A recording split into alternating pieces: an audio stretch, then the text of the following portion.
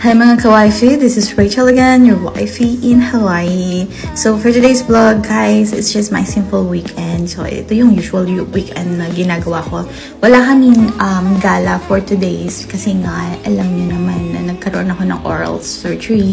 So ayan, just making my coffee and nakita ko ng asawa ko siya na daw maglagay ng ice at pinagwalis ko din siya kasi last time hindi niya yan nilinis.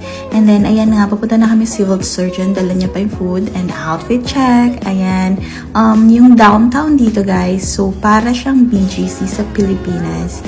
So punta kami dito sa Central Square. This is the building where my civil surgeon is. Hinahanap pa actually namin kasi nakalimutan ko yung number.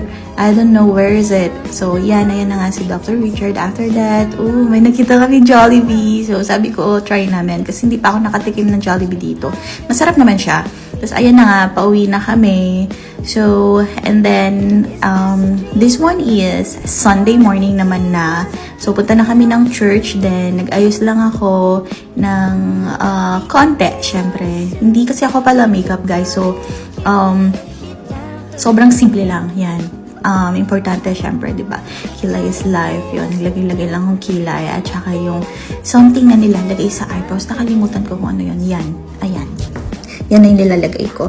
And then after that, lalagay lang ako ng lip gloss kasi nga parang naka-lipstick na ako. So, shout out sa friend ko na gumawa ng lips ko, din brows. So, sobrang galing niya guys. Mag-book na kayo. And then, ayan na nga yung outfit ko.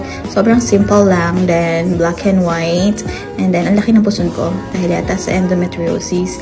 Ayan, paalis na kami. Punta na kami ng church. Siyempre, nag-pray lang din ako.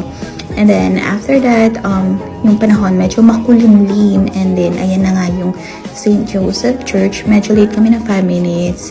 And after the mass, ayan, pauwi na din kami. Nagsindi lang din ako ng candle. And then, after that, nag-decide din kami actually dyan na dumaan sa commissary sa military base. Tapos, para makakuha ko ng other ingredients kasi need ko magluto ng menudo. Ayan na nga guys. So, I think that's all for today. Madali-madali na ako. Bye!